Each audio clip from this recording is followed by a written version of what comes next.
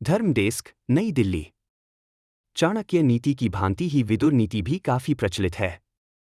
इस नीति में भी ऐसी कई बातों का वर्णन मिलता है जिन्हें जीवन में उतारने से व्यक्ति कई समस्याओं से निपट सकता है। तो चलिए जानते हैं विदुर नीति की कुछ ऐसी ही बातें तो व्यक्ति को सफलता की राह दिखा सकती हैं।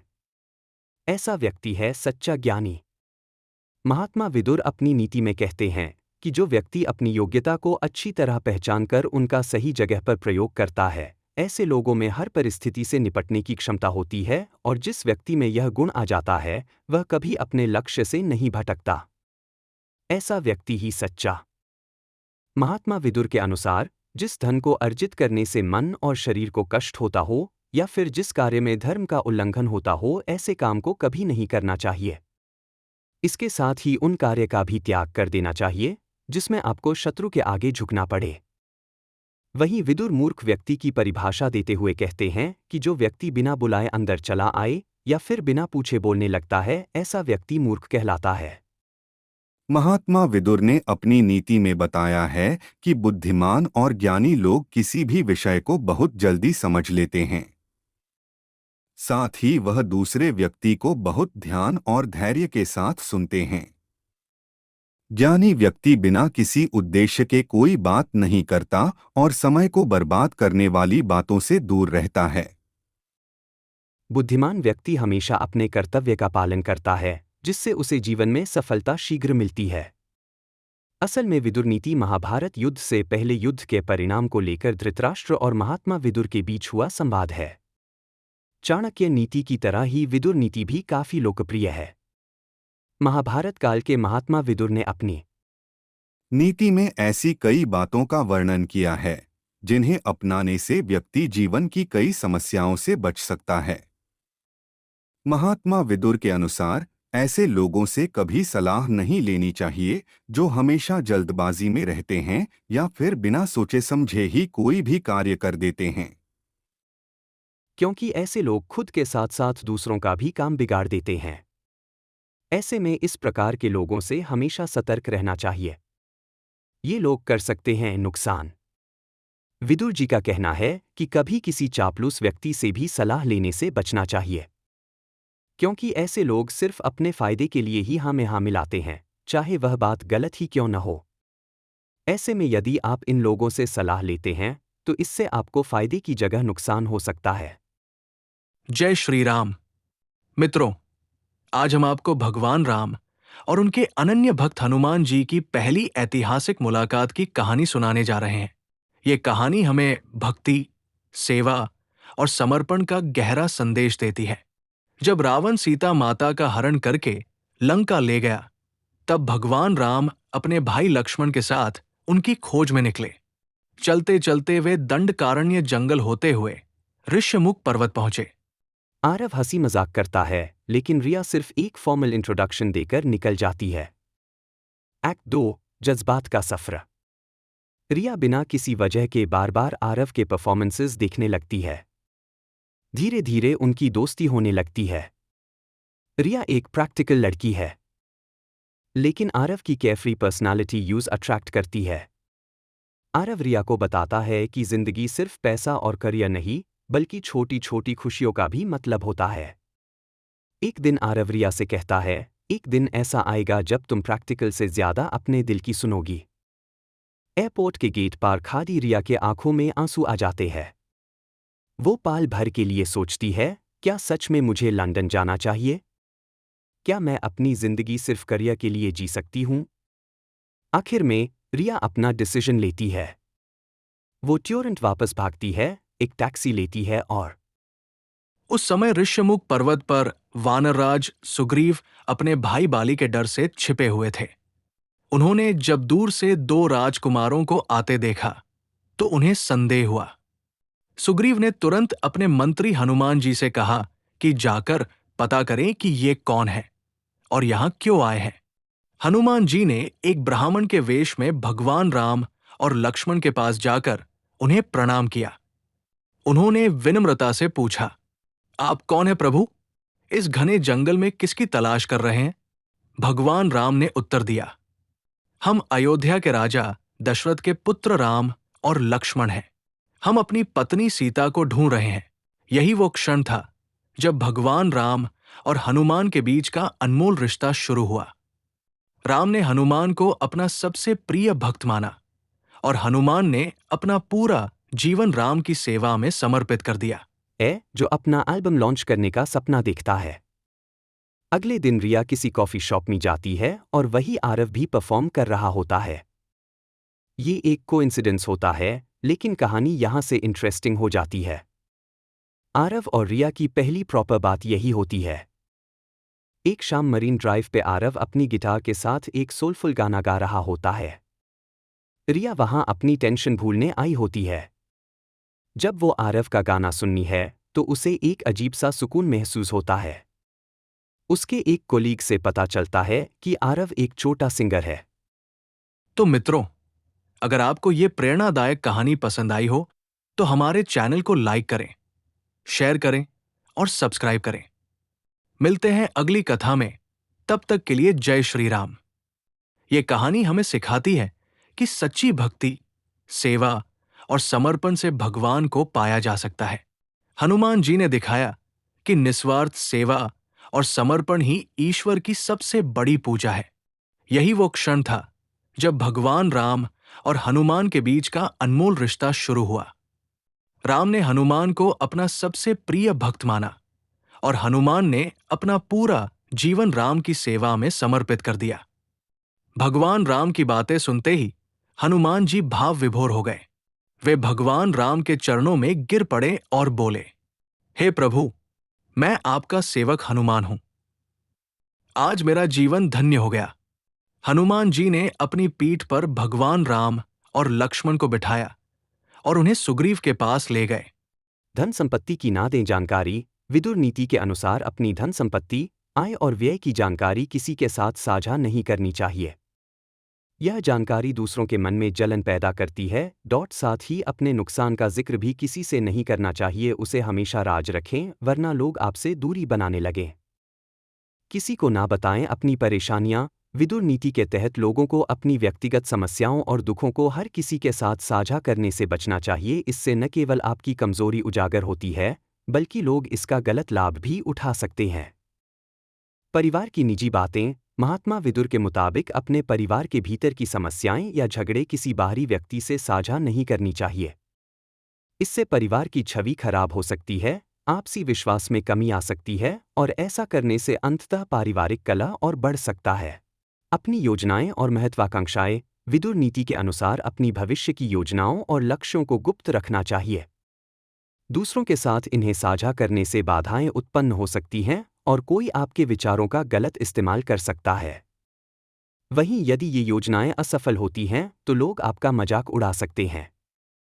अपनी कमजोरियां। विदुर नीति पुस्तक अनुसार अपनी व्यक्तिगत कमजोरियां या डर भी दूसरों को न बताएं, क्योंकि इससे लोग आपकी कमजोरी का फायदा उठाकर आपको नुकसान पहुंचा सकते हैं।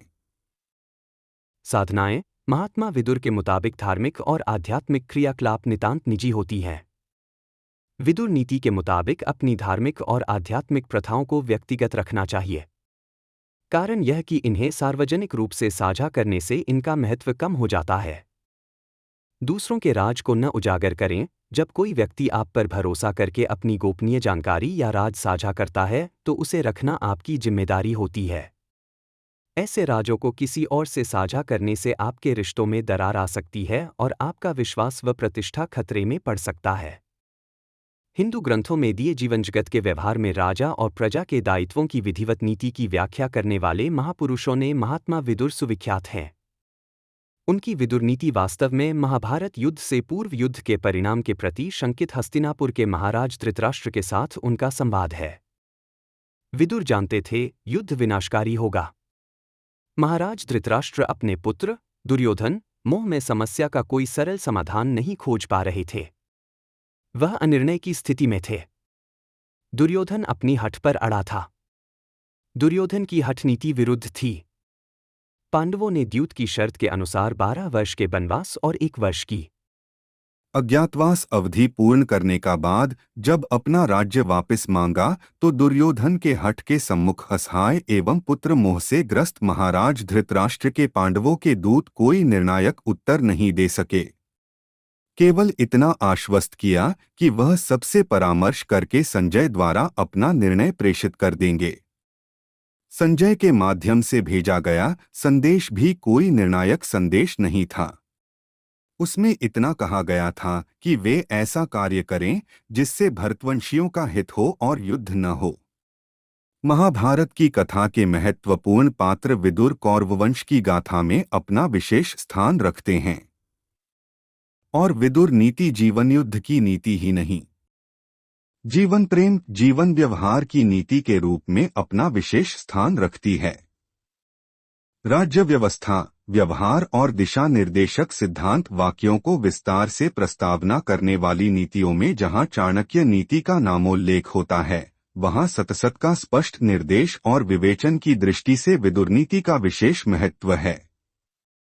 व्यक्ति वैयक्तिक अपेक्षाओं से जुड़कर अनेक बार नितांत व्यक्तिगत, एकेंद्रीय और स्वार्थी हो जाता है, वहीं वह वैयक्तिक अपेक्षाओं के दायरे से बाहर आकर एक को अनेक के साथ तोड़कर सतसत का विचार करते हुए समष्टिगत भाव से समाज केंद्रीय या बहुकेंद्रीय होकर परार्थी हो जाता है। पांडवों की सभा में संजय का कथन सुनकर देवकीनंदन कृष्ण ने सब विधि से सोच विचार कर अपने धर्म विवेक से इतना कहा, संधि या युद्ध का निर्णय युधिष्ठिर के हाथों में नहीं, महाराज धृतराष्ट्र के निर्णय के अधीन है। वह इसे परामर्श या चुनौती कुछ भी मान सकते हैं। हमारा आशय परामर्श से है, चुनौती से नहीं। संजय की वापसी जिस समय हुई, दिन ढल चुका था। महाराज धृतराष्ट्र युधिष्ठिर से हुई बातचीत का ब्यौरा जानने के लिए उत्सुक थे, जबकि संजय का मत था कि सारी बातें अगले दिन राज्यसभा में सबके सामने की जाए तो उत्तम होगा। यही सोचकर संजय महाराज धृतराष्ट्र को सांत्वना देकर घर लौट गया। महाराज धृतराष्ट्र उद्विग्न हो रहे थे। संजय ने कोई बात उन्हें स्पष्ट रूप से नहीं बताई थी। उनकी चिंता का विषय था युधिष्ठिर का निर्णय। वास्तव में महाराज धृतराष्ट्र अनिश्चय से घिर गए थे। कहना बड़ा कठिन था कि युधिष्ठिर के पास से संजय क्या समाचार लाए हैं। उनके मन का चोर उन्हें व्याकुल किए हुए था। प्रश्न यह था कि वह अपने मन की दशा किसके सामने प्रकट करें, और अंततः इस अनिश्चय और शंका की घड़ी में वह अपने परम आत्मीय विदुर को ही याद करते हैं। विदुर ने द्यूत क्रीड़ा के समय महाराज धृतराष्ट्र को चेताया था कि यदि यह खेल समाप्त नहीं किया गया तो अनर्थ हो जाएगा। हस्तिनापुर विनाश के कगार पर जाने से नहीं बच पाएगा और महाराज भौतिक रूप से नेत्रहीन होते हुए भी देख नहीं पा रहे थे। विदुर के समझाने पर भी नहीं समझ पाए। वह पुत्र मोहपाश से मुक्त नहीं हो पाए। उन्हें अनुभव हो गया, यह दिन तो आना ही था। महाविनाश की आधारशिला रखी जाने से पूर्व सशंकित धृतराष्ट्र द्वारा विदुर को बुलाकर उनसे विचार विमर्श करना और विदुर का महाराज धृतराष्ट्र की भूमिका का उल्लेख करते हुए उन्हें उनके दायित्व का बोध कराने के लिए दिया गया नीतिगत उपदेश ही वास्तव में महर्षि वेदव्यास रचित महाभारत में उद्योग पर्व में विदुर नीति के रूप में वर्णित है। विदुर एक तरह से हस्तिनापुर राज परिवार का सदस्य होकर ही दासी पुत्र के नाते अधिकार रूप में कुछ भी कह पाने की दशा में नहीं थे। यह तो राज परिवार का अनुग्रह और विदुर का तटस्थ सत्य स्थापन, ज्ञान और धर्म में रुचि का प्रभाव था कि सामान्य होकर भी उन्हें विशिष्ट रूप में उन्हें सदैव सम्मान मिला। भीष्म, माता सत्यवती, धृतराष्ट्र अपने जीवन काल तक पांडु, युधिष्ठिर आदि भाई, कृष्ण, गांधारी, कुंती और आचार्य द्रोण, कृपाचार्य आदि सभी उनको यथोचित मान सम्मान देते थे। लोगो, अफिलिएट बैनर, विदुर नीति हिंदी में विदुर नीति हिंदी के महात्मा विदुर महाकाव्य महाभारत के लोकप्रिय पात्रों श्री कृष्ण, भीष्म पितामह, गुरु द्रोण, युधिष्ठिर, भीम, दुर्योधन आदि में से एक है। विदुर जी कौरवों और पांडवों के काकाश्री के साथ कुरुवंश के प्रधानमंत्री भी थे। यम धर्म के अवतार विदुर महर्षि व्यास के पुत्र थे। विदुर जी विद्वान और दूरदर्शी व्यक्ति थे। विकट से विकट परिस्थितियों में भी महात्मा विदुर ने सत्य का मार्ग नहीं छोड़ा था। Table of contents. विदुर की जन्म कथा। विदुर नीति क्या है? विदुर नीति कहती है कि यह भी पढ़े। विदुर की जन्म कथा। महाभारत में हस्तिनापुर के राजा शांतनु और रानी सत्यवती थी। राजा शांतनु और रानी सत्यवती के चित्रांगद और विचित्रवीर्य नाम के 2 पुत्र थे। राजा शांतनु की मृत्यु हो गई तब चित्रांगद और विचित्रवीर्य बहुत छोटे थे। फिर पितामह भीष्म ने दोनों का पालन पोषण किया। बड़े हो जाने के बाद चित्रांगद को हस्तिनापुर का राजा घोषित कर दिया गया। हस्तिनापुर और गंधर्व के युद्ध में चित्रांगद वीरगति को प्राप्त होया था। फिर विचित्रवीर्य को हस्तिनापुर का राजा बनाया गया। यहाँ एक क्लिक में पढ़े विदुर नीति अंग्रेजी में। विचित्रवीर्य का विवाह अंबिका और अंबालिका 2 कन्याओं के साथ किया, परंतु विचित्रवीर्य विवाह के बाद क्षय रोग से ग्रस्त हो गए और अस्मय ही निःसंतान स्वर्ग सिधार गए। इस प्रकार दोनों पुत्रों के मृत्यु होने से रानी सत्यवती को वंश को आगे बढ़ाने के लिए अंबिका और अंबालिका से भीष्म को विवाह करने का प्रस्ताव रखा, परंतु भीष्म प्रतिज्ञा से बंधे होने के कारण विवाह करने से इनकार कर दिया। रानी सत्यवती वंश को बढ़ने के लिए महर्षि व्यास जी से ने मदद मांगी। फिर महर्षि वेदव्यास की आज्ञा से अंबिका महर्षि व्यास के कक्ष में गई तो वह उनकी कुरूपता देखकर इतना डर गई कि अंबिका ने आंखें बंद कर ली। फलस्वरूप धृतराष्ट्र का जन्म हुआ। फिर अंबालिका व्यास जी के कृष्ण रूप को देखकर भय से पीली पड़ गई। फलस्वरूप उनके द्वारा उत्पन्न हुए पुत्र पांडु का रंग पीला हुआ। रानी सत्यवती ने स्वस्थ बालक की कामना से एक बार फिर अंबिका को व्यास जी की कक्ष में भेजने का विचार हुआ। अंबिका ने अपनी जगह पर अपनी दासी को भेज दिया। इस दासी ने ही महर्षि व्यास जी के द्वारा महात्मा विदुर को जन्म दिया। विदुर नीति क्या है? प्राचीन काल से महापुरुषों द्वारा बताई गई नीतियां आज भी प्रचलित है। इनमें से चाणक्य नीति को आज भी लोग अनुसरण करते हैं। ऐसे ही विदुर नीति हिंदी का भी लोग अनुसरण करते हैं। महापुरुष विदुर की इस नीति में राजा और उनकी प्रजा के प्रति उचित कर्तव्यों की विधिपूर्वक नीति का विवरण मिलता है। लोगों, विदुर नीति में जीवन युद्ध, जीवन प्रेम, जीवन व्यवहार की नीति के रूप में विशेष स्थान प्राप्त है। विदुर नीति महाभारत के उद्योग पर्व 33वें अध्याय से लेकर 40वें अध्याय तक वर्णित है। महाभारत में युद्ध होने से पहले राजा धृतराष्ट्र के साथ हर विषयों पर संवाद किया था। इन्हीं संवाद को विदुर नीति हिंदी कहते हैं। विदुर जी ने राजा धृतराष्ट्र को युद्ध न करने का परामर्श दिया था, परंतु वह असफल रहे। विदुर नीति कहती है कि एको धर्म परम श्रेय, क्षमय का शांतिरुक्तम, विद्वय का परमा तृप्तिर्हिंसा का सुखावह। अर्थ, विदुर नीति के अनुसार केवल धर्म ही परम कल्याणकारक है, एकमात्र क्षमा ही शांति का सर्वश्रेष्ठ उपाय है। एक विद्या ही परम संतोष देने वाली है और एकमात्र अहिंसा ही सुख देने वाली है। जीवन प्रेम जीवन व्यवहार की नीति के रूप में अपना विशेष स्थान रखती है। राज्य व्यवस्था, व्यवहार और दिशा निर्देशक सिद्धांत वाक्यों को विस्तार से प्रस्तावना करने वाली नीतियों में जहां चाणक्य नीति का नामोल्लेख होता है, वहां सतसत का स्पष्ट निर्देश और विवेचन की दृष्टि से विदुर नीति का विशेष महत्व है। व्यक्ति वैयक्तिक अपेक्षाओं से जुड़कर अनेक बार नितांत व्यक्तिगत, एकेंद्रीय और स्वार्थी हो जाता है। वहीं वह वैयक्तिक अपेक्षाओं के दायरे से बाहर आकर एक को अनेक के साथ तोड़कर सतसत का विचार करते हुए समष्टिगत भाव से समाज केंद्रीय या बहुकेंद्रीय होकर परार्थी हो जाता है।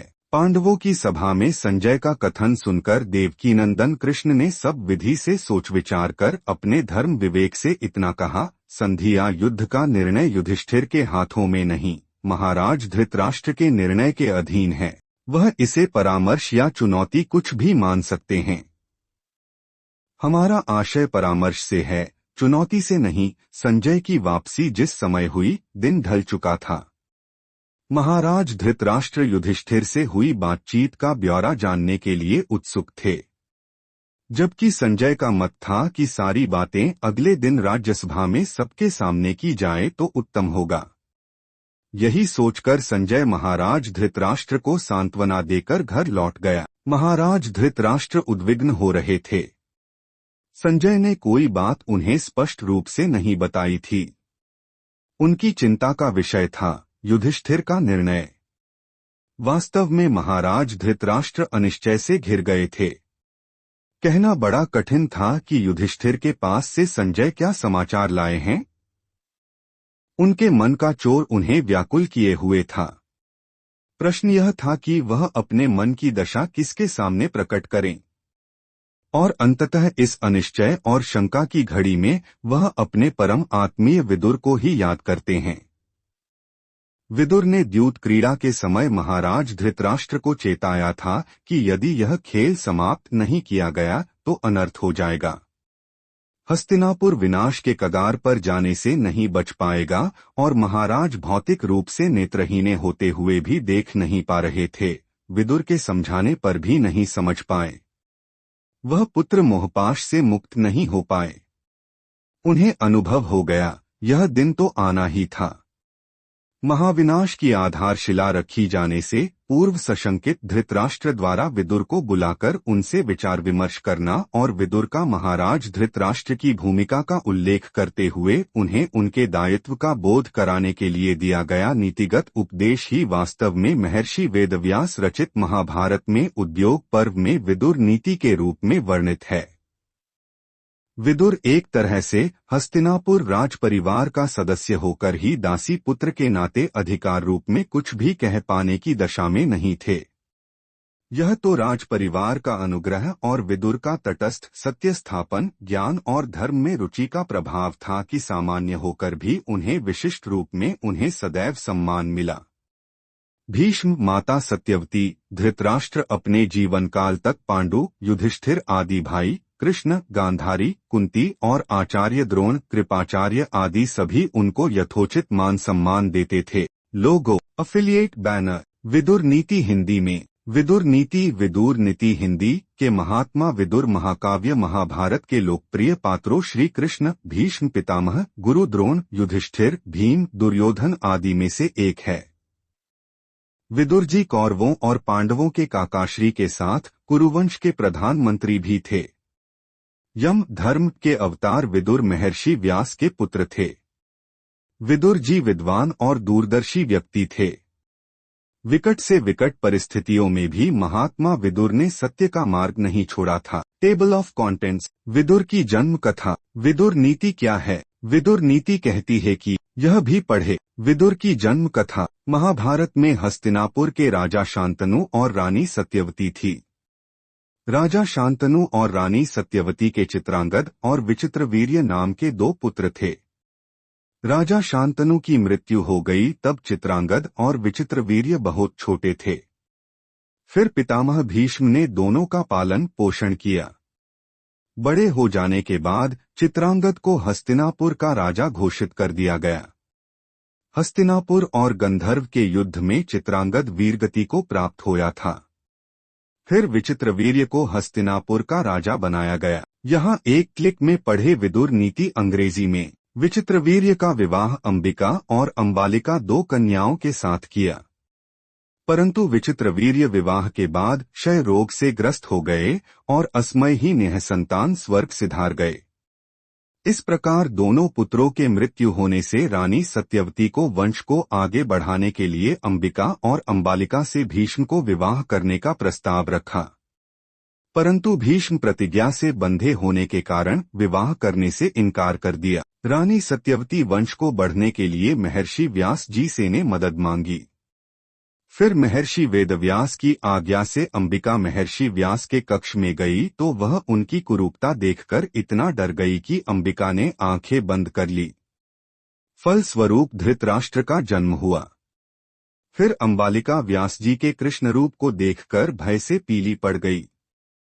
फलस्वरूप उनके द्वारा उत्पन्न हुए पुत्र पांडु का रंग पीला हुआ। रानी सत्यवती ने स्वस्थ बालक की कामना से एक बार फिर अंबिका को व्यास जी की कक्ष में भेजने का विचार हुआ। अंबिका ने अपनी जगह पर अपनी दासी को भेज दिया। इस दासी ने ही महर्षि व्यास जी के द्वारा महात्मा विदुर को जन्म दिया। विदुर नीति क्या है? प्राचीन काल से महापुरुषों द्वारा बताई गई नीतियां आज भी प्रचलित है। इनमें से चाणक्य नीति को आज भी लोग अनुसरण करते हैं। ऐसे ही विदुर नीति हिंदी का भी लोग अनुसरण करते हैं। महापुरुष विदुर की इस नीति में राजा और उनकी प्रजा के प्रति उचित कर्तव्यों की विधिपूर्वक नीति का विवरण मिलता है। लोगों, विदुर नीति में जीवन युद्ध, जीवन प्रेम, जीवन व्यवहार की नीति के रूप में विशेष स्थान प्राप्त है। विदुर नीति महाभारत के उद्योग पर्व 33वें अध्याय से लेकर 40वें अध्याय तक वर्णित है। महाभारत में युद्ध होने से पहले राजा धृतराष्ट्र के साथ हर विषयों पर संवाद किया था। इन्हीं संवाद को विदुर नीति हिंदी कहते हैं। विदुर जी ने राजा धृतराष्ट्र को युद्ध न करने का परामर्श दिया था, परंतु वह असफल रहे। विदुर नीति कहती है कि एको धर्म परम श्रेय, क्षमय का शांतिरुक्तम, विद्वय का परमा तृप्तिर्हिंसा का सुखावह। विदुर नीति के अनुसार केवल धर्म ही परम कल्याणकारक है, एकमात्र क्षमा ही शांति का सर्वश्रेष्ठ उपाय है। एक विद्या ही परम संतोष देने वाली है और एकमात्र अहिंसा ही सुख देने वाली है।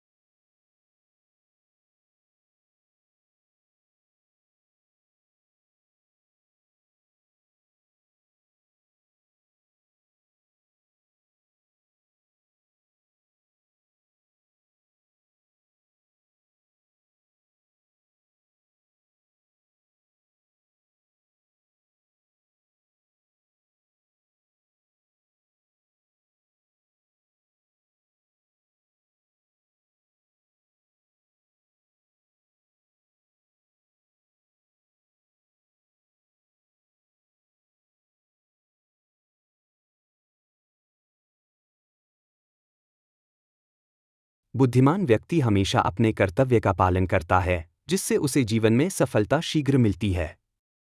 असल में विदुर नीति महाभारत युद्ध से पहले युद्ध के परिणाम को लेकर धृतराष्ट्र और महात्मा विदुर के बीच हुआ संवाद है।